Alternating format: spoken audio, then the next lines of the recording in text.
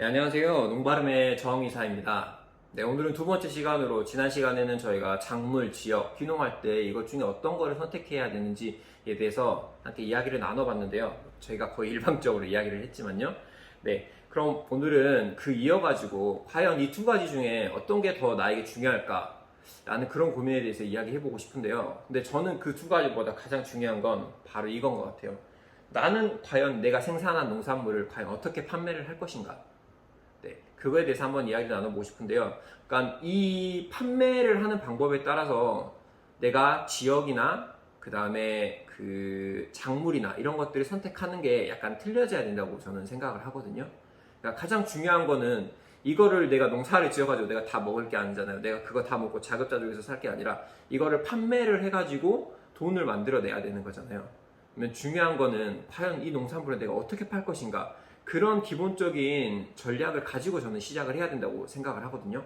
그럼 오늘은 그 내용에 대해서 좀 알아보고요. 마지막으로 지역과 작물을 선택하실 때 과연 내가 판매를 어떻게 할 것이냐에 대한 기준을 가지고 그 다음에 지역이나 작물을 정하시는 게 저는 맞다고 생각을 해서 지금 솔직히 이 영상을 찍는 거거든요. 그럼 그 내용에 대해서 한번 같이 살펴보도록 하겠습니다. 네, 어떻게 팔 것인가? 저는 한 이 5가지 정도로 채널을 분류를 해봤어요. 먼저 첫 번째, 인터넷 판매입니다. 스마트 스토어, 뭐 네이버나 뭐 다움이나 카카오죠. 네, 쿠팡 뭐 이런 것들이 있겠죠. 다음은 두 번째, 블로그나 SNS를 이용한 판매. 뭐 인스타 요즘 많이 하시는 것 같고요. 뭐 인스타 말고는 특별히 요즘은 없는 것 같은데 인스타 굉장히 많이 하시는 것 같은데요, 거의. 네, 다음은 세 번째로 도매 시장입니다. 도매 시장에 대해서도 물론 저는 도매 시장에 지금까지 판매를 해본 적은 한 번도 없어요.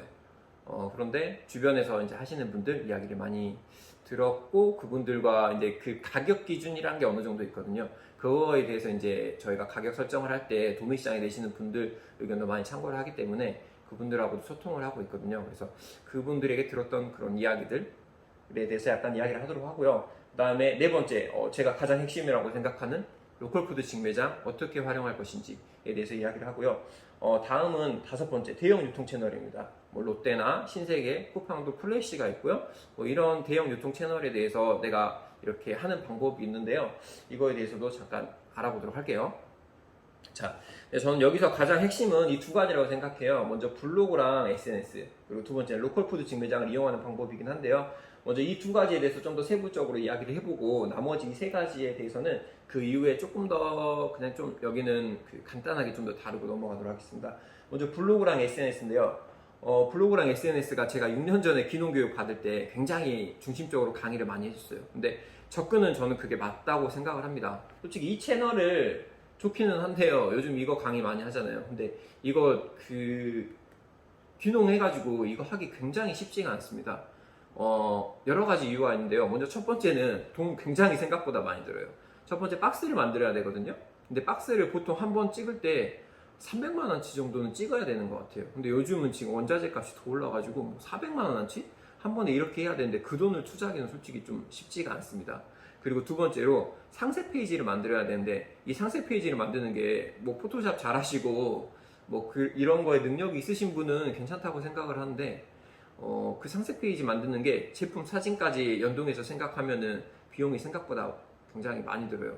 보통 상품 사진 찍는데 한 30만 원 정도 되는 것 같아요. 그리고 이 상세 페이지 만드는데도 보통 한 30만 원 정도, 그렇게 해가지고 약 60만 원 정도의 금액이 투자가 되거든요. 이 금액 쉽지 않고, 그 다음에 이거 다음에 중요한 건 얘를 관리를 해야 되잖아요. 얘를 관리를 하는데 자주 봐야 돼요. 굉장히 자주 봐야 됩니다. 특히 이제 고객 질문이나 문의 같은 게 또 수시로 올라오거든요. 그런 것들 잘 확인을 해줘야 되는데, 내가 농사 지으면서 이거를 하는 게 조금 쉽지는 않습니다. 그리고 마지막 다섯 번째, 중요하다고 생각하는데요. 광고를 해야 돼요. 광고를 해야 되는데 이 광고 비용이 굉장히 만만치가 않습니다. 그리고 이제 제가 고구마 판매를 저희는 네이버에서 이제 저희 사이트, 저희 그 이제 몰을 만들어 가지고 하고 있는데요.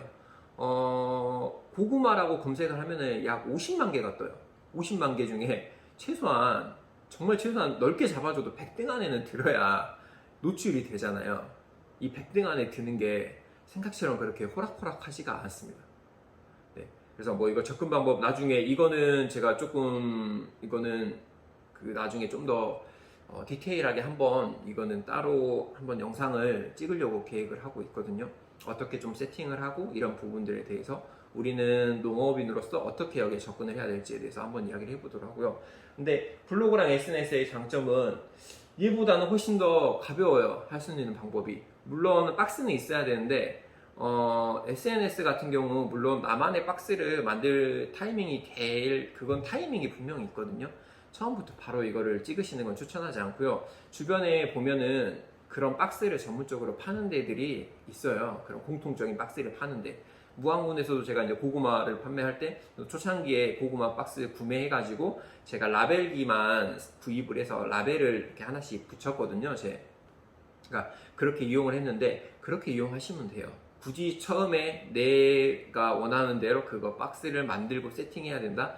생각보다 비용 많이 드니까 그거 초반에 하지 마시고 기존에 있는 박스들 있어요. 그 박스 이용하셔가지고 거기에 라벨 뭐 거기에 좀 더 하고 싶다면은 내 뭐 스티커 같은 거 하나 만드셔가지고 그거 붙여가지고 초반에는 활용을 하시는 게 참 좋습니다. 블로그나 SNS 같은 경우는 장점은 저는 이게 가장 어려운 게 뭐냐면 얘는 12시까지 주문이 마감이 되면은 오후 6시 택배 마감이 되거든요. 택배 기사가 가지러 와야 되잖아요. 가지고 와서 물건을 보내야 되잖아요. 근데 그 6시간 동안 작업을 진행해야 되는데 이게 생각보다 하는 게 인력과 사람이 굉장히 많이 필요합니다. 뭐 예를 들어 20개, 30개 들어오는 거는 가능해요. 근데 중요한 건 오후 시간 동안은 다 거기에만 내가 올인을 해야 돼요. 그런데 이게 막 50개가 넘어가고 막 60개, 뭐 100개 이렇게 들어와 버리면은 이거를 한 번에 소화하기가 굉장히 힘들어요. 그리고 아까 말씀드렸다시피 광고가 중요하다고 이야기했는데 광고비 결국 들여가지고 내가 등수를 올렸어요. 물론 광고비만 들여가지고 등수 올리기 굉장히 힘듭니다. 근데 아무튼 어떻게든 내가 올렸다고 쳐요. 근데 올렸는데 이게 만약에 내가 배송이 안 된다 그러면은 등수는 무조건 떨어지게 돼 있어요. 신뢰도가 떨어지게 되어 있는 거거든요. 그러니까 저희 무항군에서도 굉장히 뭐 억 단위로 뭐 이렇게 매출을 하시는 분들이 많은데 그분들 중에 인터넷 판매를 정말 제대로 하실 수 있는 분은 정말 몇 년가 되지 않아요. 이 시스템 갖추는 게 생각보다 굉장히 어려워요. 그러니까 이거는 장기적인 플랜으로 넣고 접근을 하시는 게 좋다고 생각하고요. 이 하위 버전으로 블로그랑 SNS 내 농사 기록 일지 남긴다고 어차피 생각하시고 그것들 열심히 기록해서 주변에 뭐 블로그 뭐 이웃도 많이 맺으시고 그 다음에 뭐 팔로워도 많이 하시면서 이거 조금씩 늘려가면서 한다고 생각을 하시는 게 좋아요. 물론 얘로 내 모든 걸 판매하겠다고 생각하시면 당연히 안 되죠. 여기도 조금 활용하고 여기도 활용을 해야죠. 어느 정도. 그리고 얘도 조금씩 준비를 하고요. 블로그나 SNS 제가 그래서 초창기에 비용도 가장 적게 들고 내가 남은 시간 그리고 이런 것들을 좀 더 활용할 수 있는 그리고 제일 중요한 게 이거 하면서 사람 만날 수 있거든요. 내가 팔로우를 하고 이렇게 하면서 어떤 나랑 비슷한 작물을 하시거나 이런 사람을 만날 수가 있어요. 그런 게 굉장히 중요합니다. 그리고 이제 중요한 것은 로컬푸드라고 생각을 하는데요. 로컬푸드 같은 경우는 제가 지난 영상에서 말씀드렸다시피 다품종 소량 생산을 하는 게 굉장히 좋아요. 그러면서 내가 작물에 대한 경험치를 많이 쌓는 거죠. 왜냐 한 번에 대량을 해버리면 내가 3,000평 땅을 가지고 있는데 3,000평 땅 한 작물로 올인을 해버리면 만약 이게 문제가 생기면 어떡할 거예요. 근데 내가 농사는 잘 지었어요. 농사는 잘 지었는데 시장에서 갑자기 이게 뭐 큰 문제가 발생해가지고 완전히 가격이 하락을 해버렸어요. 그렇게 하면 어떻게 방법이 없잖아요. 그래서 다품종 소량 생산을 기본적으로 가시는 게 안전하다고 생각하는데 그걸 판매하기 가장 좋은 채널이 로컬푸드인 것 같아요. 그래서 제가 지역 선택할 때 로컬푸드가 나랑 얼마나 접근성이 있어서 가까운지에 대해서 고려를 하시라고 말씀을 드렸는데요. 가까운 게 중요해요. 저 같은 경우는 여기서 1시간이 걸리기 때문에 가서 세팅하고 한 두세 군데 돌고 들어오면은 그냥 오후 한나절이 날아가 버려요. 그래서 이걸 거의 날마다 솔직히 이걸 체크를 어느 정도 해줘야 되거든요. 내 제품에서 뭐 썩은 게 진열되어 있진 않은지 그리고 진열 상태가 이상하지 않은지 이걸 내가 계속 체크를 해줘야 돼요. 근데 그거를 할 수 없는 저는 현실이었기 때문에 저는 로컬푸드를 솔직히 하지를 못했어요. 하고는 싶은 마음이 있었는데 하지를 못했거든요. 그래서 이 로컬푸드 직매장을 내가 이제 활용을 할 때 아까 말한 대로 지리적으로 위치가 가까운 곳이면 좋겠고요. 그 다음에 다품종 소량 생산을 통해 가지고 특히 그 다품종 소량 생산 하시면서 그 로컬푸드마다 시장 조사를 어느 정도 해보세요. 그래가지고 좀 없는 것들 거기에 없는 것들 그런데 이제 너무 우리 생활과 동떨어진 거면 안 돼요. 뭐 예를 들어 내가 잘 알지도 못하는 무슨 아프리카에서 나오는 작물들, 물론 나는 그걸 좋아가지고 한다고 하지만 제가 전에도 말씀드렸잖아요. 시장성이 없는 거는 접근하면 굉장히 힘들어요. 내가 그 시장을 만드는 거는 정말 어려운 거거든요. 이거에 대해서 좋은 점 어필해야 되고, 이거에 대해서 먹기가 편해야 되고, 뭐 그리고 우리가 전통적으로 먹었던 것들은 어느 정도 그런 거가 증명이 된 거거든요. 근데 그게 아닌 거는 굉장히 어려운 점이 있어요. 그래서 시장 정사를 해보시면서 이 로컬푸드에서 내가 할 수 있는 다품종 소량 생산 작물은 어떤 것들이 있을까 세팅을 하는 거예요. 월별로. 뭐 1월부터 3월은 어떤 작물, 3월부터 6월은 어떤 작물, 이런 식으로 세팅을 해가지고 그렇게 다품종 소량 생산으로 하시는 게 굉장히 이윤이 됩니다. 그리고 이거는 내가 포장한 만큼 갖다 놔서 정리를 하면 되거든요. 그래서 가까운 곳에 사시면은 굉장히 이걸 세팅하기가 편리하시거든요. 그래서 저는 로컬푸드를 초반에 많이 활용을 하셨으면 좋겠어요. 얘에 대해서는 이제 이야기를 했으니까 나머지 두 개에 대해서 간단하게 말씀드릴게요. 저희 도매시장 같은 경우는 많이 없어졌다고는 하지만 아직도 일명 우리가 눈탱이를 맞았다고 이야기를 하는데요. 그 가끔 한 번씩 내는 농가들 거는 굉장히 경매사들이 금액이 짜게 나오게 해요. 제가 작년에 정도에 아시는 분이 그 고구마를 도매시장에 한번 내신 적이 있는데요. 처음 낸 거였거든요. 그래서 10kg에 한 3,000원? 그 정도밖에 나오지가 않았어요. 그걸 작업하고 물류 있고 박스 세팅하고 이런 비용만 해도 3,000원 넘게 들거든요. 근데 3,000원밖에 안 나왔어요. 완전 정말 손해를 본 거죠. 그런 경우들이 좀 종종 있는데 도매시장 시스템도 마찬가지로 이게 어느 정도 대용량이 돼야 돼요. 내가 어느 정도 면적을 확보하고 물량을 확보하고 있어서 꾸준히 내줄 수 있는 사람한테는 이 도매시장이 괜찮아요. 도매시장을 잘 활용하셔가지고 주변에 고구마 15만 평 정도 하시는데요. 잘 활용해가지고 여기에 꾸준히 이렇게 1년간 쭉 내시는 분인데 이분은 가격을 굉장히 잘 받아요.